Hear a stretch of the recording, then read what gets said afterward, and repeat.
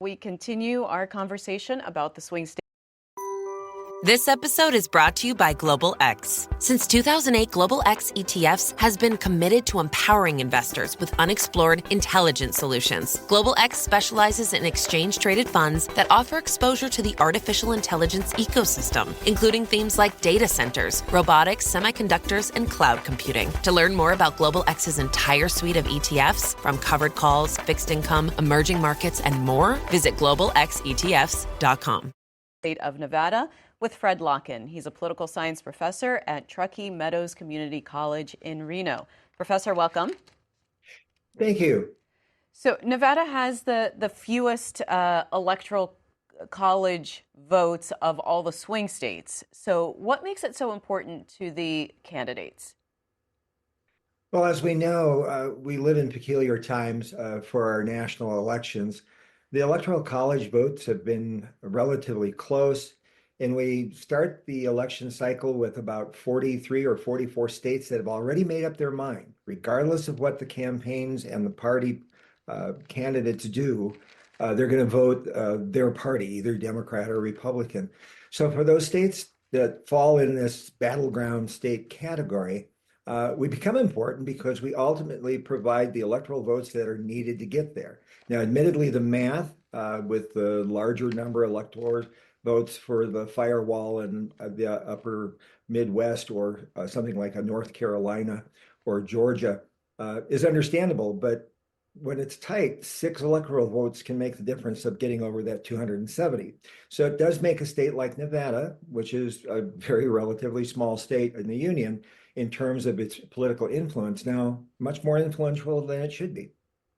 Now, as far as party registration in Nevada, it's I have here that Democrats make up 30%, Republicans 28%, nonpartisan are 34%. What does that say about possible independent voters or non-committed, I guess, undecided voters? Well, to begin with, Nevada is not the only one that has this anomaly now. We have seen the rapid growth of nonpartisan, which in our state is the independent voter. We actually, in the independent category, have dedicated parties. And so it is kind of confusing because I think we use different nomenclature on purpose that other states don't use. But that number has grown rapidly over the last 10 to 15 years. Now, admittedly, in the state of Nevada, much of that has been sort of refugee moderate Republicans that have been branded as rhinos and driven out of the state party. They've basically been told they're not welcome, as the party has moved very strongly to the right. But there are also some disgruntled Democrats that perhaps find some of the agenda too far to the left. So it's a moderating voice in this group of voters in states like Nevada. But the phenomenon is going on in other states as well. And I think that's the issue that's not being discussed in this election, is that it's not going to be decided by Democrats or Republicans. Excuse me, it's going to be decided by nonpartisans and independents in these swing states. That's where the voting bloc is going to come. And they are shy to do the poll results. They are very much holding their cards close to the chest. And that's going to be, I think, the real surprise on election day is to what extent they've turned out and really how they voted. Have they gone to the left or to the right?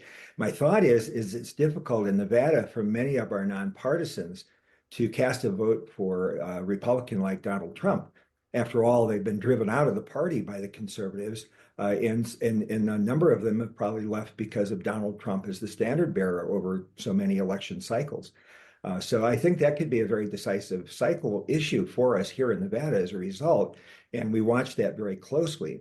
But beyond that, you have to look at the distribution. In Nevada, 80% of the vote resides in one county, Clark County with Las Vegas. And that county has a 100,000 vote edge for Democrats over Republicans. So Democrats are already in a very good position in southern Nevada to sort of nudge the totals. And then the only other county that really seems to matter of our 17 counties is Washoe County with Reno in the north, because it's the other county that can vote Democrat. It's more swing. It is more purple by far than Clark County. but it's these two counties are 95% of the state's population. The other 15 counties are only 5%. So it's in a very close election. Those 15 counties vote red as a general rule. So it's the Democratic strength resides in these two counties, and that's where the election is going to be decided. And what have you seen as far as the ground game for the two parties, the two campaigns? Have they been really focused on getting out the vote? Have you seen a lot of door knocking? Well, it's a tale of two cities. The Democratic Party has always been better organized on a ground game. We go back to Harry Reid, who served as senator for the state for a couple decades. And we've always referred to it as the Reid machine, which originally was in Clark County. And you were recently discussing this very issue that with the unions, the whole idea of the Reid machine was to get support from the culinary union, from the other strong unions in Clark County, and get them out door knocking. And over a number of elections, that machine really started to really work well. Where we see that is, of course, in the dominance of the state legislature. I think that's where it's been by far most successful, but it's there to support the federal offices as well. That has, in recent years, now moved to northern Nevada here in Washoe County. We have the Reid machine working on the ground here as well. And so in this election, we have seen the Democrats knocking the doors a lot. They have come through in waves. But frankly, we have not seen the Republican Party able to do the same thing. For a variety of reasons, the Republican Party is not as well funded, it seems, as the Democratic Party. Doesn't seem to have this organizational structure in place. They want it. The current governor, Governor Lombardo, is a Republican. He's been looking to try to get that in place, but we know from Reid it takes years to put that in place. But we think that is a very decisive factor in getting out the vote and getting the message across. And it's been critical this year because of how short a turnaround time we had between the decision of Joe Biden and Kamala Harris having to get her campaign going. It worked very well in Nevada because that machine is on the ground for them. And we've seen a lot of Harris material in the neighborhoods as a result. And if you'd like to join our conversation, you can do so. If you're a Trump-Vance supporter, you can call us on 202-748-8001. If you're supporting the Harris-Walz ticket, the number is 202-748-8000. If you're undecided or supporting a different candidate, you can call us on 202-748-8002. And Nevada residents, since we're focused on the state of Nevada, this segment, you can call us on 202-748-8003. Professor, as far as visits by the candidates or their surrogates, what have you been seeing and how effective do you think they've been?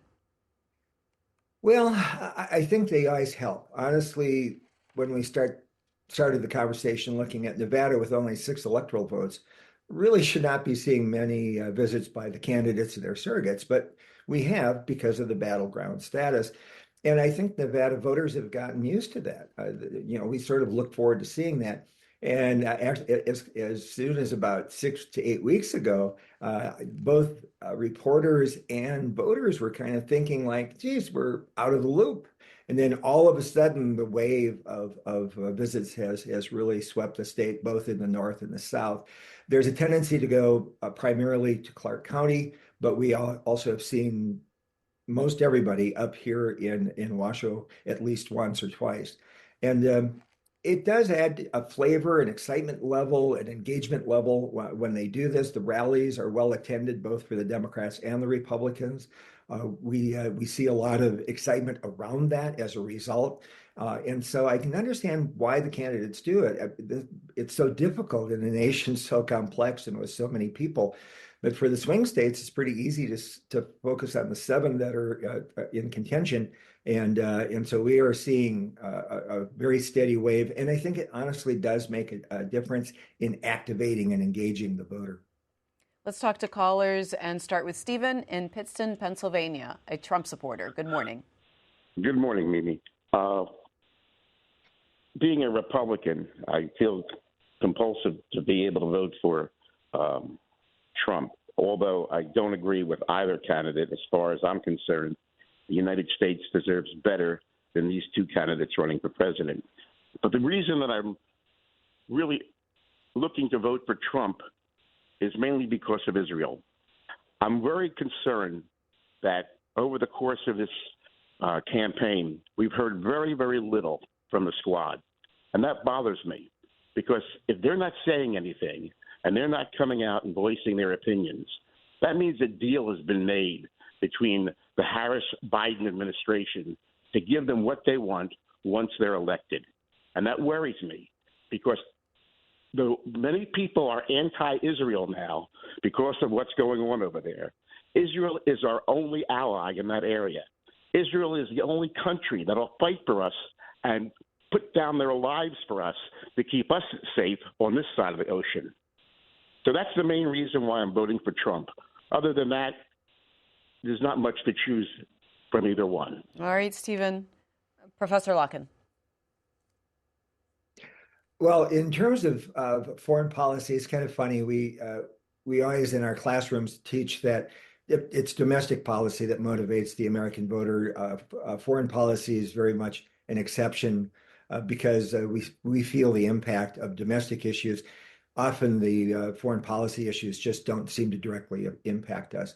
I understand the caller's point of view, but the whole situation of Israel is a very complex situation. Often it has to be recognized that it's a really strong ally. I would agree with that assessment since the birth of Israel. But it's kind of like raising a child. You can always love them as a child, but you don't always like their behavior. And the current ultra-conservative coalition that is governing Israel has been a very difficult partner to deal with.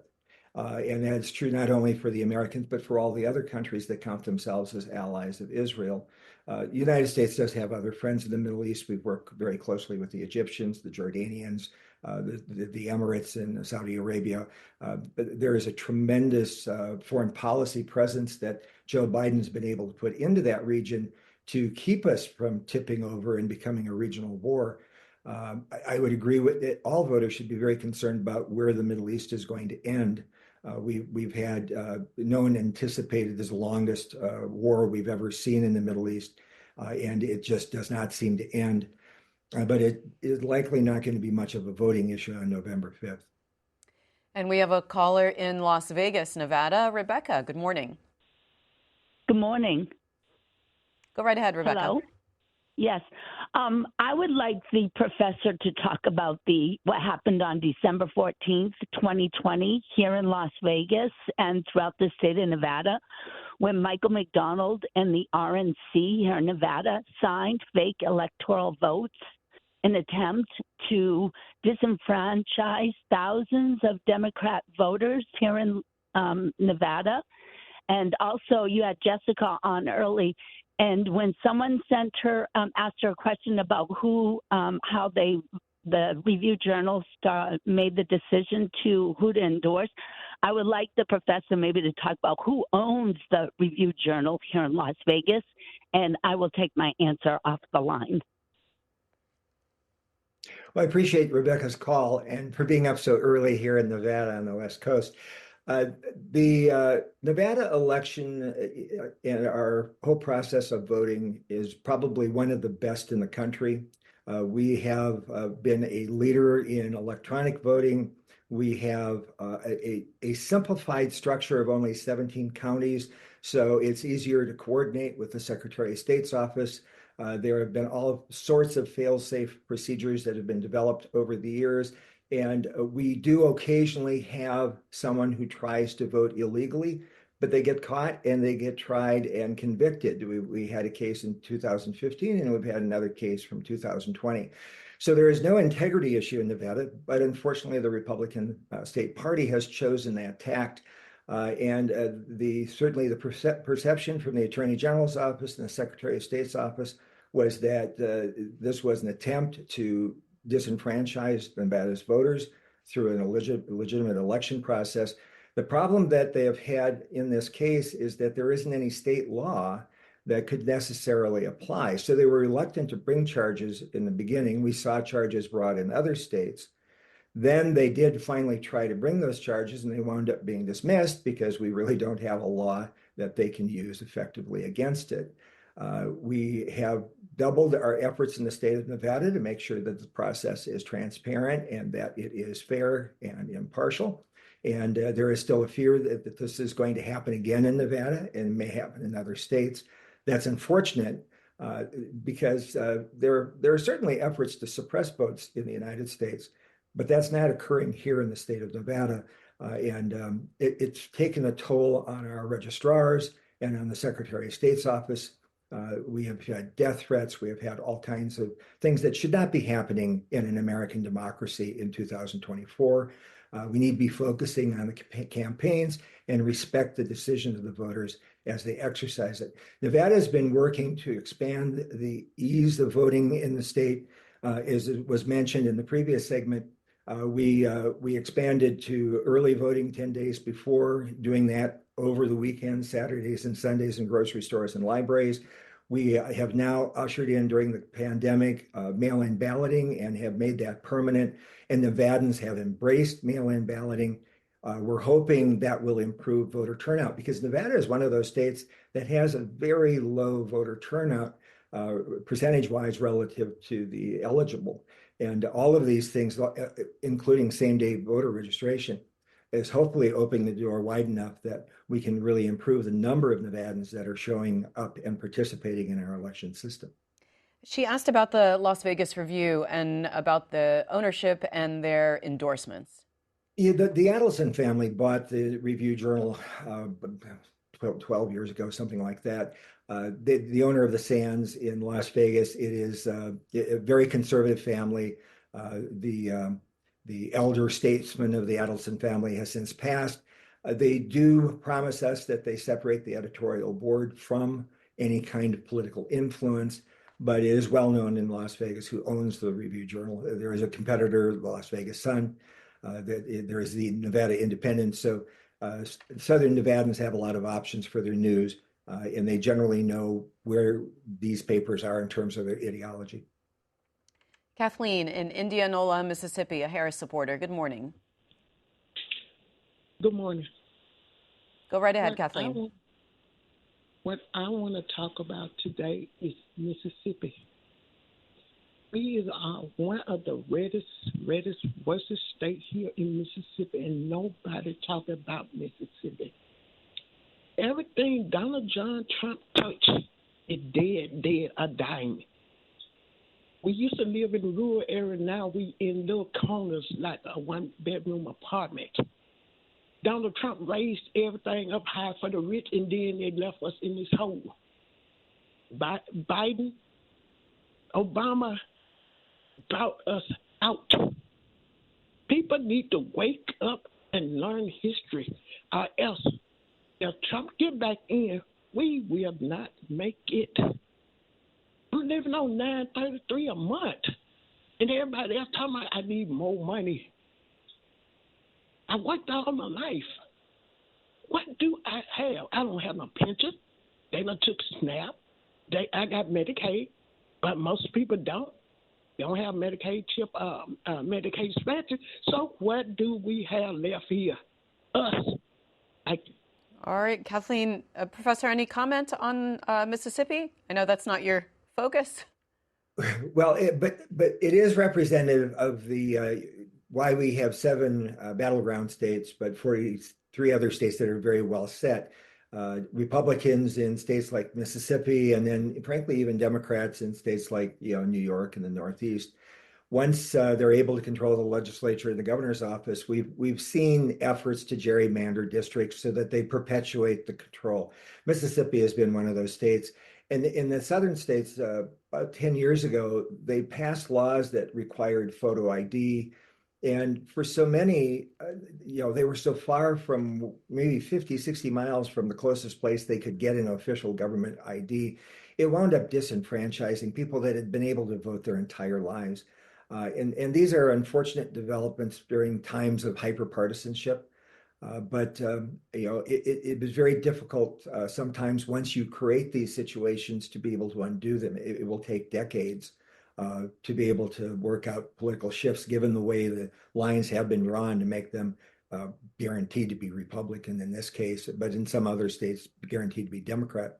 So I can understand voters get very frustrated by that. I want to play a Harris ad that's been playing in Nevada for you, Professor, and then get your comments on it. This election is about two very different visions for our nation. One focused on the future, and the other focused on the past. When the middle class is strong, America is strong. Lowering the cost of living will be a defining goal of my presidency. I'll lower the cost of insulin and prescription drugs for everyone, and I will work to pass the first ever federal ban on price gouging on food. More than 100 million Americans will get a tax cut. We will end America's housing shortage by building 3 million new homes and rentals that are affordable for the middle class. Together, we will build an economy where everyone can compete and have a real chance to succeed. Now is the time to chart a new way forward. I'm Kamala Harris, and I approve this message. And Professor Lokken, that ad showed Latino workers. It had a Spanish translation of what Vice President Harris was saying on the screen. What do you make of that as far as the issues that are animating Latino voters? It ties in very well, I think, to the issues that really are mattering to Nevadans. The economy is strong in Nevada, but it's stronger in northern Nevada than it is in southern Nevada. Northern Nevada has been the beneficiary of the gigafactory being relocated, the very first gigafactory being located. We are in the heart of the lithium loop, as we refer to it. We see the move to alternative energy. We're manufacturing battery-powered semis and Tesla cars, and we are operating on geothermal power. It's a very different reality in northern Nevada than in southern Nevada. Southern Nevada's economy has been slower to respond. The convention business has not come back. The tourist and gaming parts of the economy of Las Vegas are there. And Las Vegas still makes up about 85% of the state economy. So it's very important to know that their unemployment rate's a little higher than it is in northern Nevada. So people are very much aware of the fact that they're not making the money to deal with the increased prices. It may be a little harder in southern Nevada to get a job. And the housing prices in Nevada, both north and south, are really outpricing much of the market as they are elsewhere in the country. But every one of these problems, Nevadans know, every one of these problems were here last year. They were here probably 10 or 15 or 20 years ago. The price increases, not so much. But there is also an understanding that much of that seems to be more arbitrary and capricious. We don't have supply problems anymore, and Nevadans realize that. And we're all wondering why prices are so high and why corporate profits are record-breaking, and yet the prices are high. There seems to be a relationship there. The Latino vote is not as important as it needs to be, but it's a growing factor in the state of Nevada. About 30% of Washoe County's population is Hispanic. Around 40% or more in southern Nevada in Clark County is Hispanic. With 95% of the population, that makes this a very powerful potential voting bloc. But as was pointed out in the previous segment, it is not a monolith. It is not an organized cell. It is a very complex situation with a lot of different views and values and priorities. Housing is at front and center. A majority of the people in the state of Nevada cannot afford to buy a home. Rental is the most common way in both Clark County and Washoe County, and we're painfully aware of that. And so the idea that there would be national focus and help to be able to open that door for first-time buyers has been very popular, not only with the Latino population, but frankly, with all of those who struggle every day with the paycheck that they have to create the kind of quality of life and living that they want. It is the issue, along with abortion, that I would say are the two key issues in this election, and they are both going to be factors that will bring out the vote for sure. We got this text from Len in Henderson, Nevada, a Trump supporter. He says, we need our state to turn red this election. I'm personally seeing more and more Democrats switching to the Republican Party. After realizing how successful Trump was during his first presidency, Kamala is embarrassing to our country and should not be anywhere near the Oval Office. She'd drive this country right into the ground. Professor, are you seeing Democrats switching to Republican? And how was Donald Trump's first term seen and perceived by Nevada voters?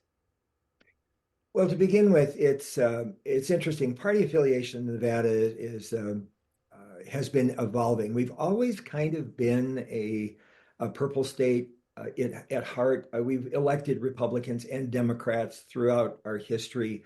But starting in 2010, the census really indicated a demographic shift in the state that was moving us towards the blue column. And as a political scientist, I indicated after the 2016 election that Nevada was purple, but it was now picking up a pretty strong blue tint, and that we would likely be moving towards the blueness of the West Coast. California, Washington, Oregon, Hawaii. I mean, this is a very blue end of the country, and Nevada seems since 2010 to be moving more so in that direction. Yet our elections stay very close. I don't see a lot of Democrats shifting to the Republican column, but we do see more Democrats moving in than Republicans now in the state. We had the first waves of Republicans that moved here were coming from California, not liking the taxes or the government of California. And that really started to purple us, especially here in the north, where it's more prominent than in the south.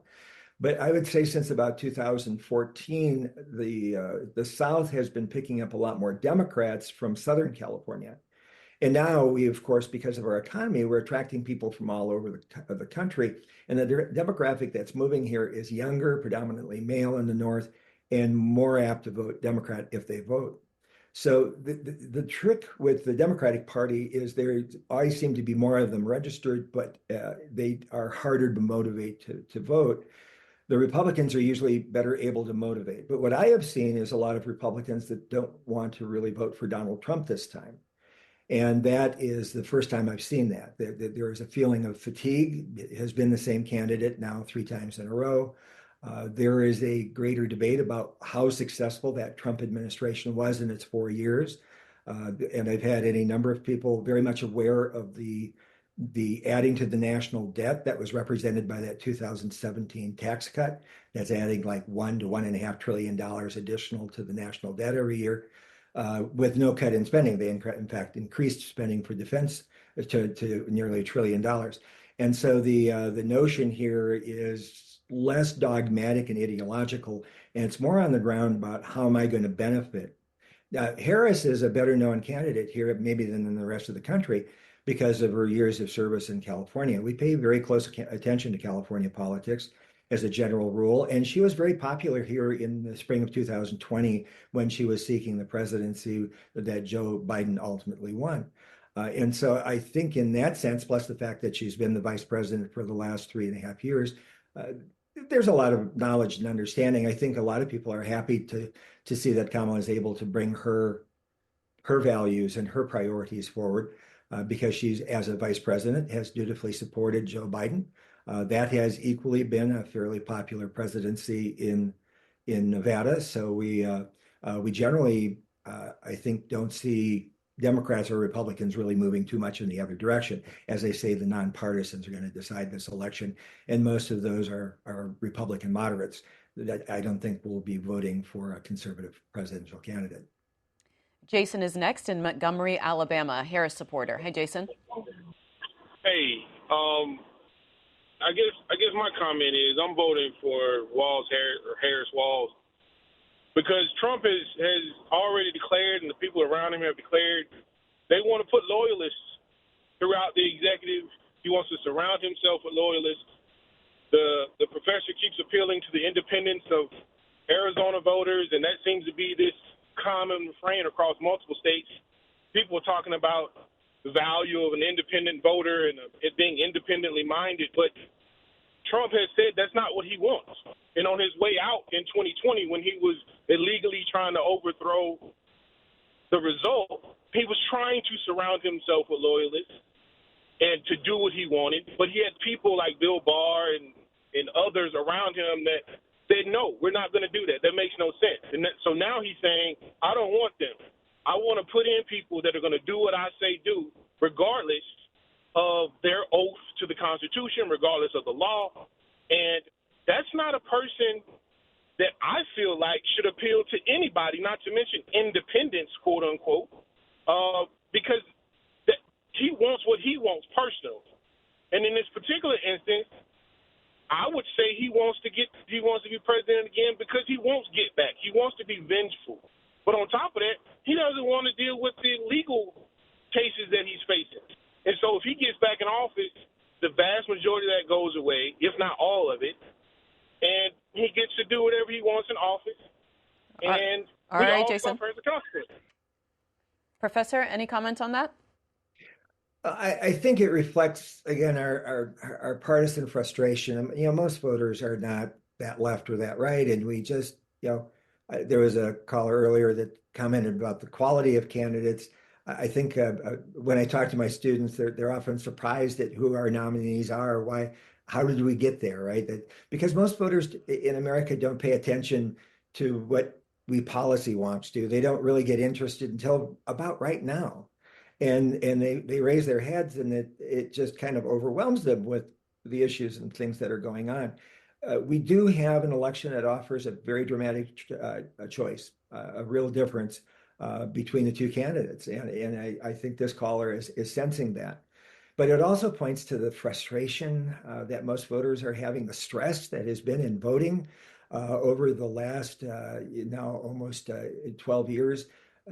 Every election now seems to be so consequential. The passions that we feel, we get so frustrated and even angry about how can anybody support this candidate or that candidate. And I think you see it in the electors, the electors and voters. They see this and they're feeling that frustration. So again, it's a consequential election that I think will have maybe more consequences than we anticipate, depending upon who gets into that office. My heart goes out to the voters. I wish we were in a different situation right now. Bill in Anderson, Indiana, a Trump supporter. Good morning, Bill. I was the reason our prices is so high is it's costing so much to transport our goods. All the goods that's been transported into the United States is high. And our deficit is so bad. I mean, that it's unbelievable how much our deficit is. Our Social Security, I'm 75 years old, and our Social Security isn't going to last much longer. It can't. And it's all the lies that's being spread about, all the Trump's going to be a dictator on day. It's just and MAGA. Why do they want to bring out names? You know what I mean? Call people MAGA Republicans. It's just. All right, Bill. Let's get a response. Go ahead, Professor.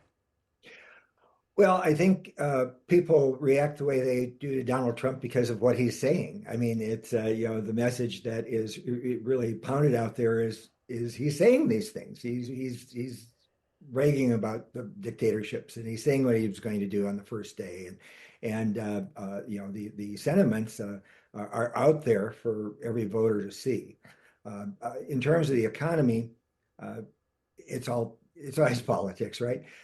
There's no logical reason for the gas prices to be as high as they are. The United States is the number one oil producer. The Biden administration relaxed access to drilling about 2 years ago in the process. It's not a supply process. It's a politics process. The oil industry knows that it prefers one candidate over the other, and it does what it can, I think, to support the candidate that it wants to win. But we also have an issue of climate change and a desire to try to control the use of fossil fuels. Here in the West, We're deep believers in alternative energy sources for that reason. And we'd like to see the investments there because we think they have far more benefits coming long term. Oil is a finite source. We've got to pivot from it at some point. But prices aren't always there for a reason that makes sense economically. There's sometimes there to serve a political purpose, and I think that's where oil prices are right now. And the caller also mentioned Social Security. Given the number of retirees living in Nevada, have you seen the voters trust one candidate over the other as far as Social Security goes? Well, yes, I think that to begin with, there is real concern about the viability of Social Security long term. And although it was never intended that way, for many people, it is their major source of income in retirement. And so to even suggest it might go away or something might change in Medicare, healthcare, or something like that is very, very unsettling. The number one issue I've heard this year that we don't talk about in the campaign is the national debt. Americans are aware that is just growing way too fast, that spending has to somehow match revenue. But the problem is it's been, ICE pointed out that in 2000, the United States had a 3.5% growth rate, a balanced budget, and had a $4.9 trillion debt, and it was paying down the principal. And it did that with the existing tax structure. And then we've had two tax cuts under the Bush administration, a tax cut under the Trump administration. And most of the deficit, along with the economic collapse in 2008, has been generated by not enough revenue because they didn't cut spending when they cut revenue. So, most of us run our home budgets a lot better than the national government runs it. And people are very frustrated about that because they know this is coming back to roost. And when you've had kids and you send them off to be the next generation, you don't want them dealing with the economic collapse that could be coming from a debt that's just too out of control. So many are always frustrated that the issues that are talked about are never the issues we should be talking about. And the national debt is a very big issue, and how to balance that spending and where do we increase taxes and where do we cut spending really should be the focus of these campaigns for a lot of voters. Well, Republican vice presidential nominee J.D. Vance was in Reno, Nevada yesterday, and here he is encouraging supporters to vote early. We're only going to win if you all get out there and vote. And it's very simple. And I'll tell you, as somebody, I don't like election season. I prefer election day. But as our great president said, Donald Trump, it is what it is. Okay? We are now in a world where the Democrats are using every method they can. Kamala Harris's campaign is using every method they can. They're using mail. They're using early voting. They're using election day voting. So Republicans, we've got to play by the same rules and get our people out to vote however we possibly can.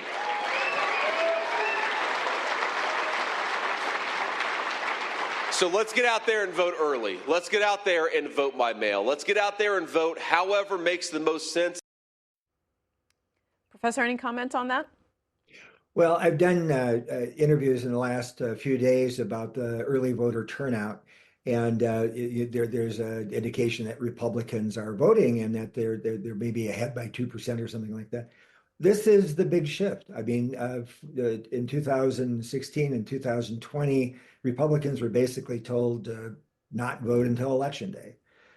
But it doesn't make any sense. The motivation for doing what states like Nevada and many other states have done is when you open the door wider, you get far more people able to participate. Voting by mail-in balloting has really been a game changer in this and other states. It's open to every cut and ilk of voter. It's really kind of, I think, tragic that there was this philosophical opposition to it. Voting on Election Day, on a regular work day, is so complicated for the average American in this day and age, and it has been impacting our voter turnout. Remember that the United States is the worst democracy of the industrialized nation, And a lot of it is because of the way that we traditionally conduct our elections. Now, this makes it more flexible. Many Republican states went to early voting a long time ago, along with Democrats. It's not a partisan decision. It's an open the door and you try to get more Americans to vote, because in a democracy, we want to have as many of our citizens involved in the decision making as possible. So, I don't understand the remarks about that, because, in a state like Nevada, a lot of Republicans supported this move as well. Let's talk to Eugene in Anderson, South Carolina, Harris supporter. Good morning. I am going to vote for her because I think she would help the country. I served in the Vietnam War, and I am going on 82 years old. We, as Americans who love America, need to look at the candidate and what they say. And Trump, he don't tell the truth. My mama always told me, you should say what you gonna do and do it, but you should not lie. All right, Eugene. And we've got a question for you, Professor, from Cal in Spokane, Washington, who says, why do unions support Harris? Millions of low-skilled, low-wage immigrants will only put downward pressure on wages. Can we afford more years of the open border? Well, that's a well-packed suitcase. The reality is that the relationship between Democrats and union members has been legendarily long. Democrats supported the union movement from its beginnings all the way up through today. And there's a loyalty and connection that's been built there with the party. The inroads during the 1960s with Richard Nixon has been the only real disruption to that. And you see that this year with the almost monolithic support of unions for the Democratic ticket, save for the Teamsters not endorsing this year. The reason, of course, is that it actually is good. I mean, Democrats see the value of organized labor. Joe Biden has probably been the best poster child of any early or modern president in arguing for why unions are good. The Republican parties have not, and candidates have not been nearly as enthusiastic. And we do have a conversation between Elon Musk and Donald Trump where, the idea of just firing everybody and not liking unions, it kind of lingers out there and it's been heard.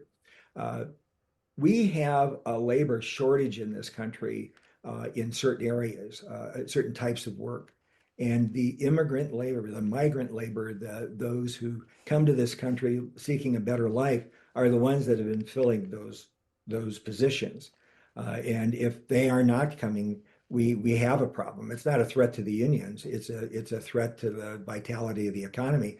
It's in part what keeps our food prices lower because they have been willing to work at lower wages to at least have income here in the state. And so I think under the circumstances, and also the notion of an open border, it's relative. Timing is everything, and you've had the collapse of Venezuela and Colombia. You've had mass migrations from two countries that are embroiled in tremendous violence, and you've had the country of Mexico. We don't have a border with Venezuela and Colombia. We have a border with Mexico. So it's the Mexican president's willingness to either block them at the southern border or let them walk freely through the country to come to our border. This is a very complex situation that is, again, not a Democrat or Republican problem. It is it's working with our neighbors and trying to figure out the root causes of why these people are coming. But we do have a difference. We have been very tight on the issue of immigration.